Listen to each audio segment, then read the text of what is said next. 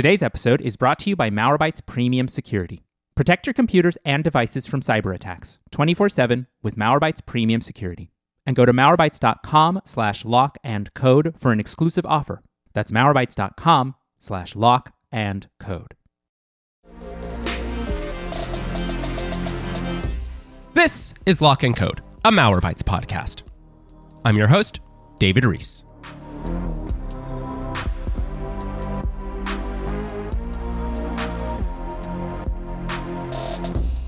Our main story today is about Facebook. For nearly 2 decades, we, as in you and me and the public at large, never knew what Facebook knows about us. Founded in 2004, yes, 2004, Facebook has stood as quite possibly the most informed company about our lives, second maybe only to Google. Facebook was there when you got married and shared your wedding photos online. Facebook was there when you announced your first kid, or even if you didn't, when your parents announced their first grandkid. Facebook was there when you moved into a new apartment and you sold your furniture on Facebook Marketplace. It was there when it launched Facebook Messenger and it captured what hours you spoke to someone, how frequently, and for how long. For a lot of us, Facebook stood alongside our lives at college, which today feels almost dangerous. At the time, I was all too happy to use Facebook to upload late-night photos, to post crass comments on my friends' walls, to make events and send out invites to frat parties, to update my status, to show interest in albums and books and movies, and to create a digital web of who I met, when I met them, and whether they warranted a friend request. Also inadvertently plotted a pencil line on a map of where I lived, visited, and studied by having my logins roughly tied to locations over time. I want to be fair here and say that pretty much all of that information was given consensually. I opened my account. I put my real name on my profile. I shared my birthday, my hometown, my university, my relationship status. Do you remember those? I didn't know how the information would be used, but I don't feel tricked, and I was certainly never under duress. But today's episode isn't entirely about that information. It's about everything else that Facebook knows about me that I didn't explicitly tell it. In 2020, Facebook debuted a new online portal available to all users, showing them what information Facebook collected away from Facebook. That sounds not real, like a weird mistake, but I assure you, there is a trove of data that you can access right now that shows what companies are talking to Facebook about you. Today, that portal is called the Meta Accounts Center, and it lets you change preferences, alter ad settings, update contact information, set up two-factor authentication, and a lot more for your Facebook and Instagram accounts. Remember, Meta is now the parent company above Facebook, Instagram, and WhatsApp. Therefore, it is the Meta Accounts Center. But what's so interesting about the Meta Account Center is your ability to download and access your data. And that's not just your posts or comments, videos, photos, likes, events, reacts, whatever else you've done on Facebook. It is also the data that Facebook associates with you, even if that data came from somewhere entirely different online. When this data access and download portal first launched in 2020, the Washington Post columnist Jeffrey Fowler described his experience fiddling around with his data. As he wrote, Facebook didn't just learn things about him from Facebook, it learned things from all over.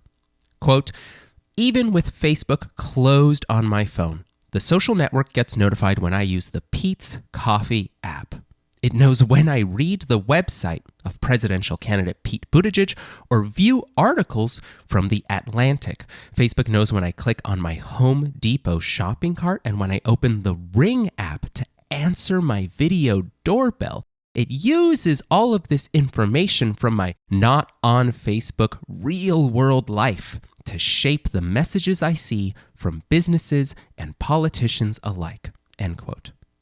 You can do this today as well. In your Facebook account, go to the top right menu, tap Settings and Privacy, then tap Settings. It's a little redundant. And from there, tap See More in Accounts Center. From there, you tap Your Information and Permissions, and finally, you can find Your Activity Off Meta Technologies. Yes, this is all more clicks than it should be, and also the wealth of information demands a larger screen than a smartphone, but I highly recommend you go through this link maze because it can be eye-opening. As Fowler of the Washington Post described, quote, "You might be shocked or at least a little embarrassed by what you find in there. My Post colleagues found that Facebook knew about a visit to a sperm measurement service, logins to medical insurance, and even the website to register for the Equifax breach settlement. Even when your phone is entirely off, businesses can upload information about you making an in-store purchase. One colleague found 974 apps and websites shared his activity." End quote. Today, on the Lock and Code podcast, we have no guest because we could think of no better person to divulge their own Facebook activity than me. For the past 2 weeks, I have been digging into my own Meta Accounts Center activity for my profile on Facebook. Though Meta also owns Instagram, I have focused my investigation on Facebook because I was far more diligent about setting up privacy controls in the past few years on that platform than on Instagram. Also, I don't really use Facebook anymore. In 2020, when I bought my current phone, I never re-downloaded the Facebook app, and according to my Meta Accounts Center activity log, I averaged about one login a year for the past 5 years. So theoretically, Facebook should know less about me. Realistically, that isn't the case. Here is what Facebook knows about me and what it likely knows about you. Okay, so I know I said I'm focusing on the data that Facebook collects about me away from Facebook, but it's worth quickly exploring what Facebook collects about me based strictly on my activity on Facebook. To preface this, I want to introduce this idea that we rarely talk about, which is this. Data collection is a choice. When any company sees that you've visited their website, logged into their app, added an item to your shopping cart, collecting and keeping a record of that activity is a business choice. Many of the tools that businesses use automatically track metrics like page views, like email open rates, like podcast downloads, and it is up to companies to choose how to act on that data. Low page views every Memorial Day weekend for a blog means maybe don't launch a big content campaign next year at the same time. Low email open rates means maybe we should A/B test some subject lines to see how those perform.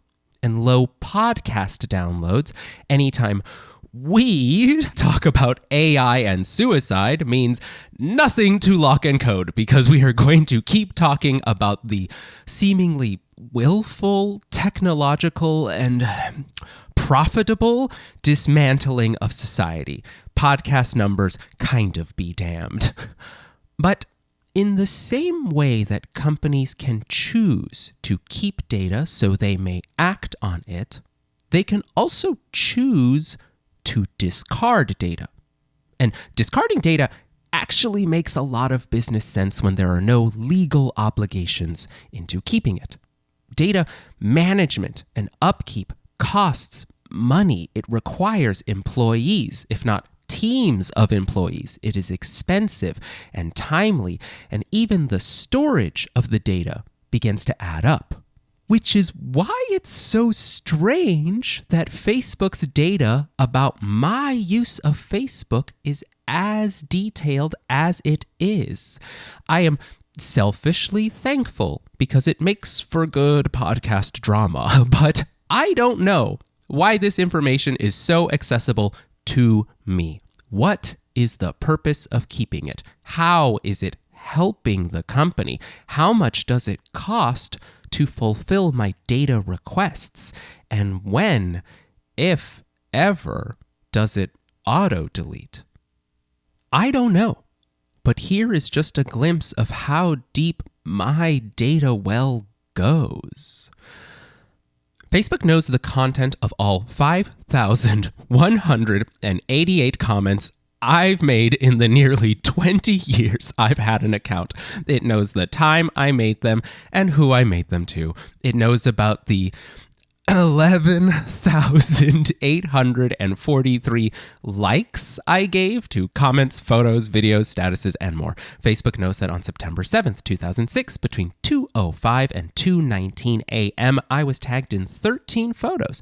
Facebook knows that on July 21st, 2007, I uploaded 12 photos, what those photos were, and the captions I wrote for them. Let's move forward a bit. On December 15th, 2010, Facebook knows I updated my status to finally got paid. Facebook knows the links I was sharing while in grad school. Facebook knows all the friend requests I received, declined, and sent, and who they came from or were sent to, and at what time. Facebook knows that in 2018, I unfollowed one of those Facebook friends, meaning I would no longer see their post on my newsfeed. And I don't remember why I did that, but what's interesting is that a month ago, I saw this person at a wedding and I wasn't compelled to talk to them. So 2018 me knew something that has laid dormant ever since. Here's the real good stuff. Facebook knows what devices I've likely owned because I added those devices to streamline my logins. According to Facebook's logs of my own sign-in activity in 2015, I used the Facebook app for iPhone. In 2017, I switched to using the Facebook app for Android, which is because I bought an Android. I can see that on January 19th, 2018, I switched from logging into Facebook on my MacBook Pro using the Safari browser to using the Firefox browser. I can see when I first logged into Facebook using my Malwarebytes computer, which was January 29th, 2019 at 10:44 a.m., which in my defense was a whole workday after my initial start date. And I can see that about 2 years after, on January 15th, 2021, I conducted what Facebook calls a privacy checkup, locking down who could see my posts, photos, comments, and activity. That privacy checkup served as a soft send-off to my Facebook account. Since 2018, I hadn't uploaded a single photo of myself. Since late 2020, I hadn't, and I still haven't made a single post. Since 2022, I haven't made a single comment. I don't use Facebook Messenger or Facebook Marketplace or own a Facebook portal or use the company's VR headset, the Oculus. All of this inactivity, I thought, would make for a boring excavation of data for today's episode. What inferences could Facebook even make about me if I am not interacting with the platform? They don't know what ads I click on Facebook because I am not on Facebook. I see none of them. They don't know what searches I'm making because I'm not searching for anything on Facebook. They don't know who I'm speaking to, where I am based on my logins, or whether I've bought a new device to approve for logging in. They are in the dark. Or so I thought. While Facebook allows you to request all your data from the company, which includes every post, comment, like, reaction, uploaded photo, message, preference change, friend request, and much more, the process can reportedly take about a month. And for someone like me, who opened his account in 2006, I assumed that month-long estimate was, if anything, a little low. So instead, I made targeted requests from Facebook for two types of activity. The activity that Facebook has collected from, quote, apps and websites off of Facebook, end quote, and my, quote, ads information, end quote, which includes my interactions with ads and advertisers, plus a little more information about how I'm selected to see ads. I requested both of these data sets from January 15th, 2021 onwards, again, treating my privacy checkup as a sort of start date for leaving Facebook. I wanted to know specifically what data Facebook had collected about me when I was no longer active on Facebook. What companies shared that data with Facebook? What was the data that was shared with Facebook? And how detailed was the data? In other words, who was gossiping about me online? The answer to that is at least 52 apps, websites, and companies. The Washington Post told Facebook about 37 page views that I'd engaged in on its website or app between August 6th, 2024 and March 2nd, 2025. PlayStation told Facebook about 14 purchases I'd made between November 17th, 2023 and May 20th, 2025. That is recent, so I dug in.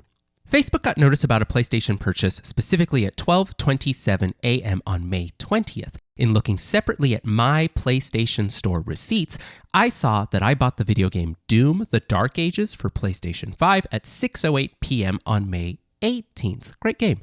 That means it took about 2 days for Facebook to learn about something I did completely removed from the platform. My Facebook account is not attached to my PlayStation account. My PlayStation Online friends have zero overlap with my Facebook friends. I checked. That's not an exaggeration because I tell close to no one my PlayStation Network screen name.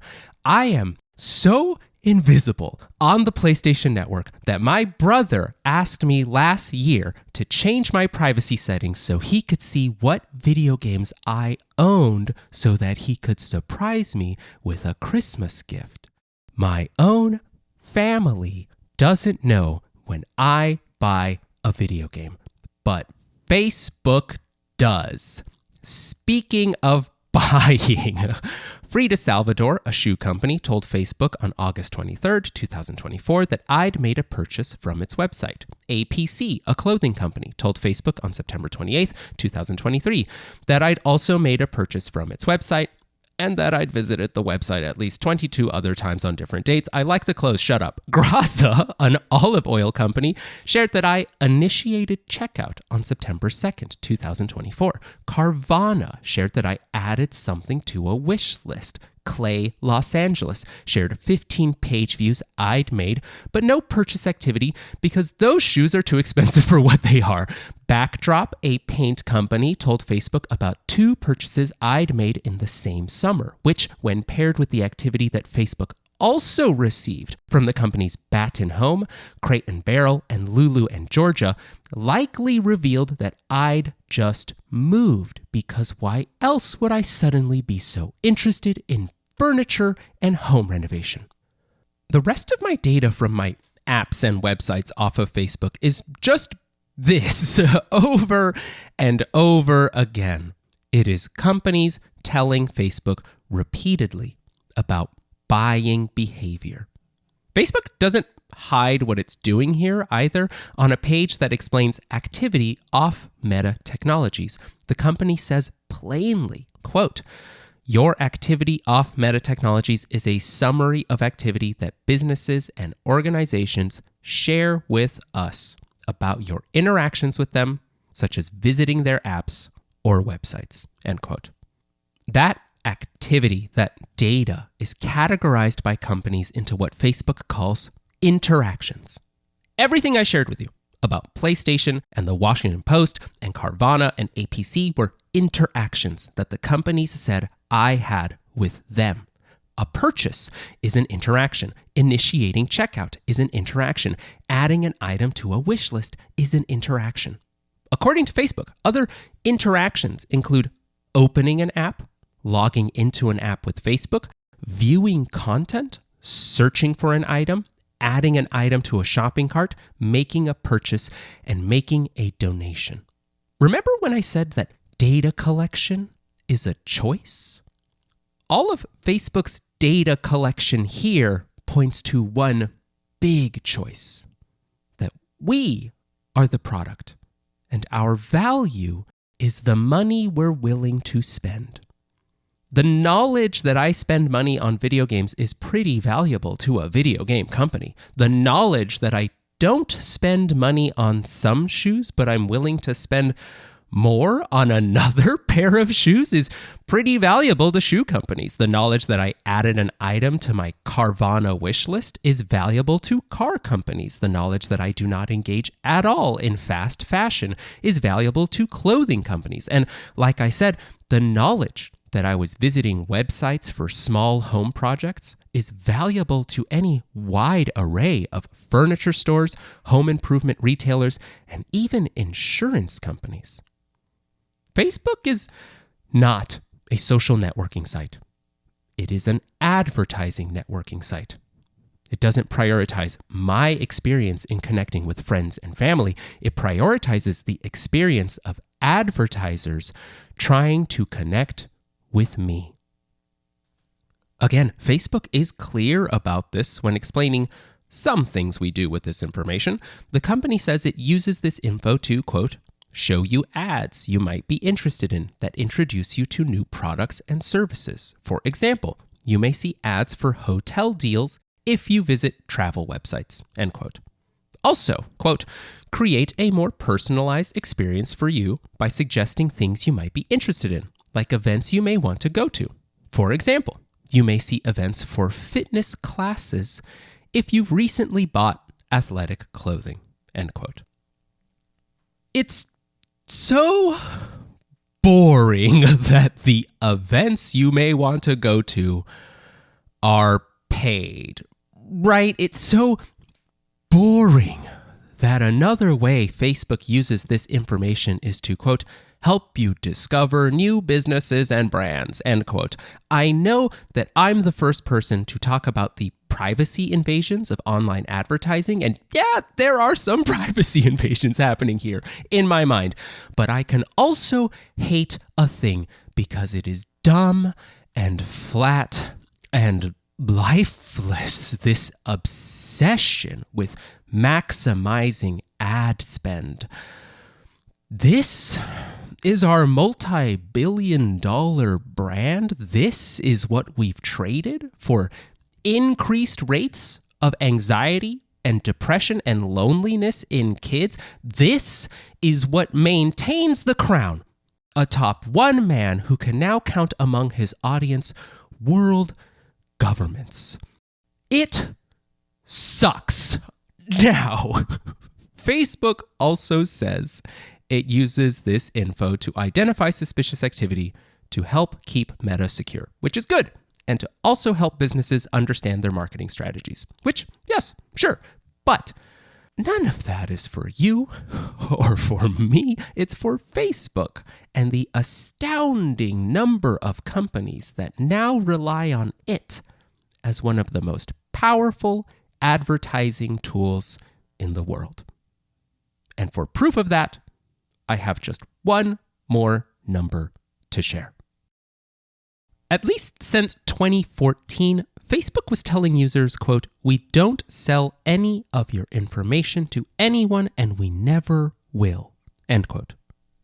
It's a pithy and technically accurate statement because Facebook does not sell your data to advertisers in the way you might think.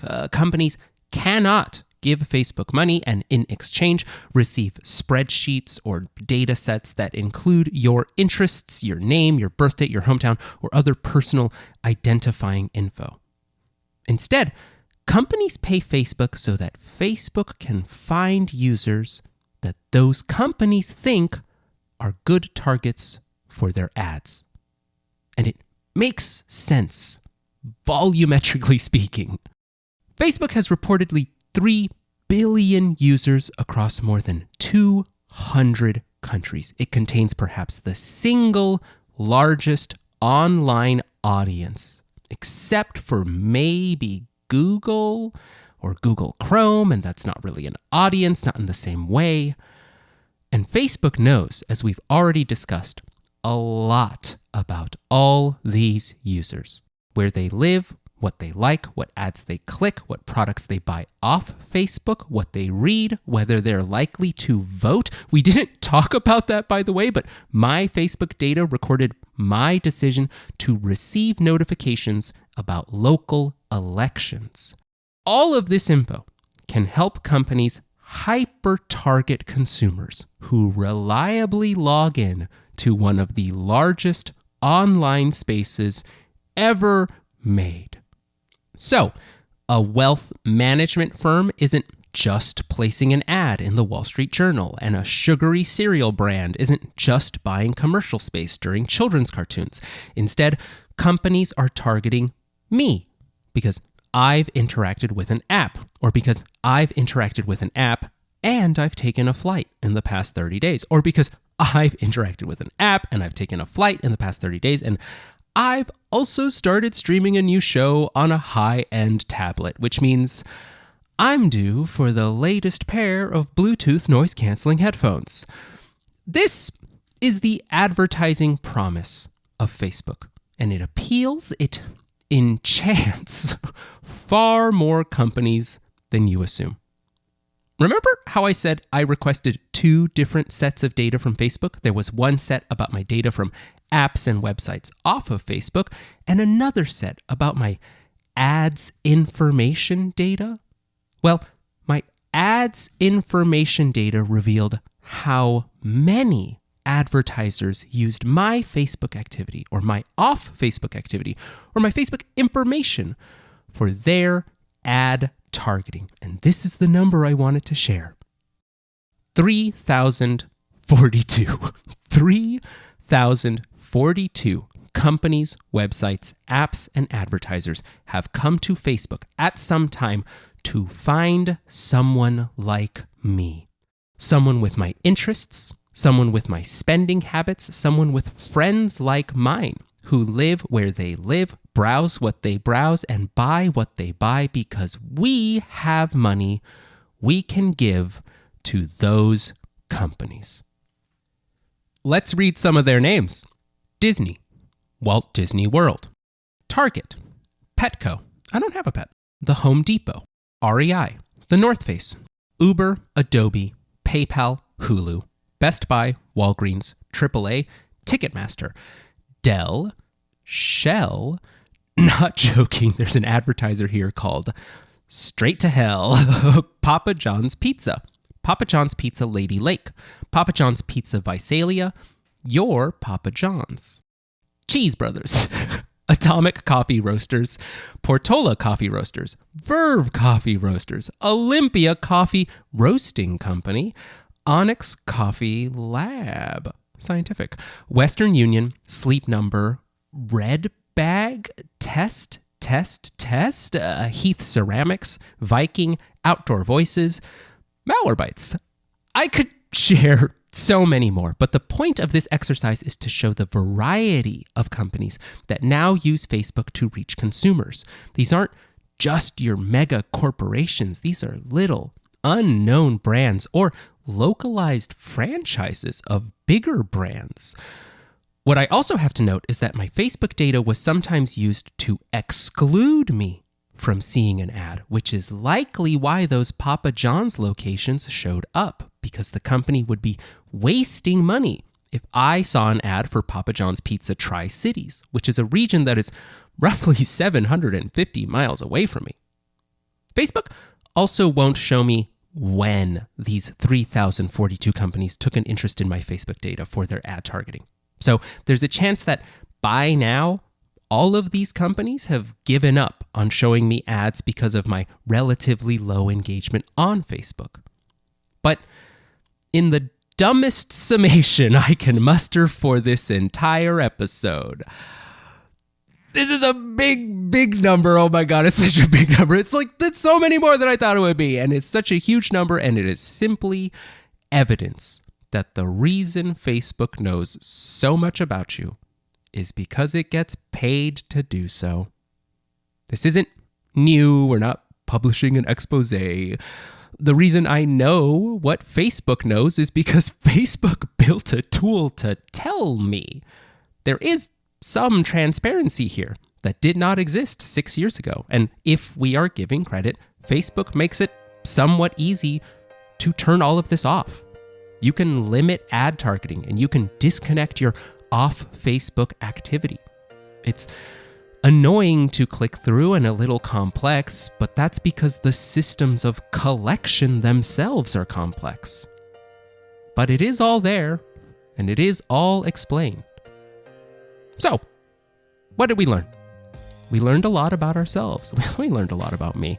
We learned a lot about my 5,000 comments, my 11,000 likes, and my 3,042 fans. We also got, I think, the clearest evidence yet of what people mean when they say that if a product is free, you are the product.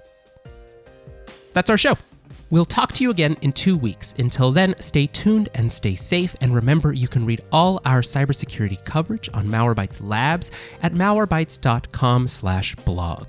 Finally, our intro music is by Kevin MacLeod from incompetech.com, and our outro music is by Woa from unminus.com. Today's show has been edited by our podcast consultant, Eric Johnson, at lightningpod.fm. Thank you, folks.